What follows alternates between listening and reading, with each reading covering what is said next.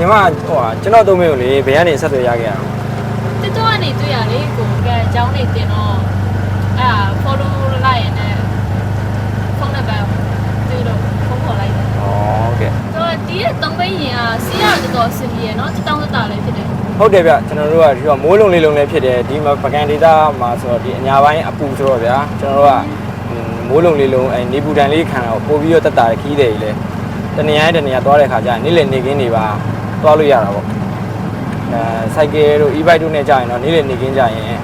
နေပူတဲ့ခါမျိုးဆိုရင်တော့တော်တော်များများအပြင်မထွက်ကြဘူးဒီ3ဘင်းလေးနဲ့ကြာတော့ဟိုသွားရတာလည်းလွယ်တယ်ပြီးရင်1ယောက်မ2ယောက်3ယောက်အဲ့လိုလေးအခွဲလိုက်လေးလာရင်လည်းစီးလို့ရတယ်ဆိုတော့ပို့ပြီးတော့အဆင်ပြေဗျ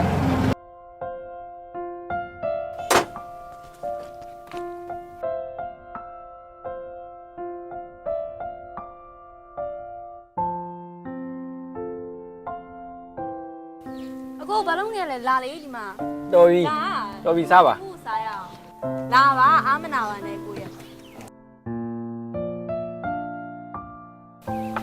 ဟိုင်ဘူပါစမ်းလေပတောင်းလေ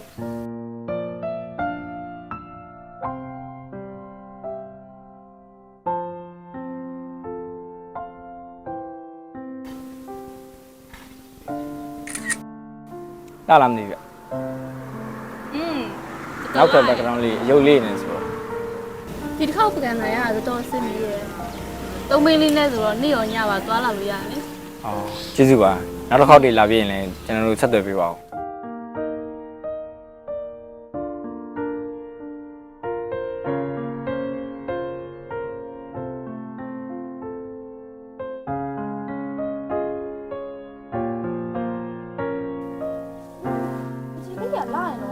လာဓမယန်ကြီးဖေရဒီဖျားနေအောင်သွားရှင်တယ်လိုက်ပို့ရလိုက်ပို့ပြီးလို့ရတယ်ဟုတ်ဓမယန်ကြီးဖေရခုသွားမလားဟုတ်အခုသွားလိုက်မယ်လေအဲ့ဆိုရင်အဲ့ဖေရလိုက်ပို့